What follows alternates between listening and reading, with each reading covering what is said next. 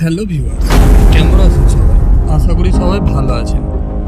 তো ভিউয়ার্স, আপনারা যারা পিএম কিষাণ সম্মান নিধি পেয়ে থাকেন তারা অধীর আগ্রহে বসে আছেন যে 20তম কিস্তি কবে ঢুকবে।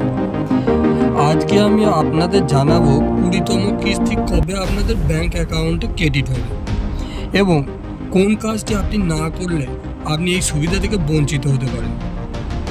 তো চলুন বিস্তারিত আজ এই ভিডিওতে আলোচনা করা যাক। তার আগে আপনি যদি নতুন হয়ে থাকেন চ্যানেলটিকে সাবস্ক্রাইব করে বেল আইকনটিকে অল করে রাখবেন, যাতে পরবর্তী আরও অথেন্টিক নিউজ আপনারা পেতে পারেন। তো চলুন শুরু করা যাক। পিএম কিষাণ সরকারের 20তম কিস্তি নিয়ে বড় আপডেট দিয়েছে।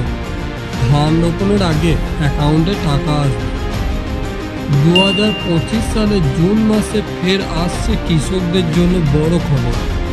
প্রধানমন্ত্রী কিষাণ সম্মান নিধি যোজনায় 20তম কিস্তির অর্থ খুব শীঘ্রই তাদের ব্যাংক অ্যাকাউন্টে পাঠানো হবে বলে জানিয়েছেন। তবে নির্ধারিত সময়ে টাকা পেতে হলে এবারেও কৃষকদের একাধিক নিয়ম মানতে হবে। এই অর্থ সরাসরি পাঠানো হবে ডাইরেক্ট বেনিফিট ট্রান্সফার বা ডিবিটির মাধ্যমে।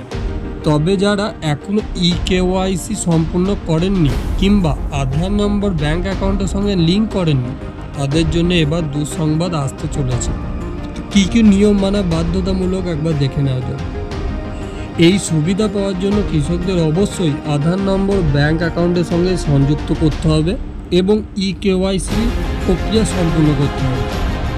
ইকেওয়াইসি করা যাবে দুইভাবে, পিএম কিষাণ পোর্টালে ওটিপি ব্যবহার করে বা নিকটবর্তী আপনার কমন সার্ভিস সেন্টার বা সিএসসি এর বায়োমেট্রিক ভেরিফিকেশনের মাধ্যমে।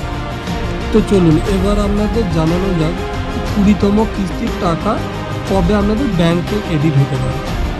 পিএম কিষাণের 20তম কিস্তির টাকা জুন মাসের দ্বিতীয় সপ্তাহে এই কিস্তির টাকা আপনাদের ব্যাংক অ্যাকাউন্টে ক্রেডিট হবে।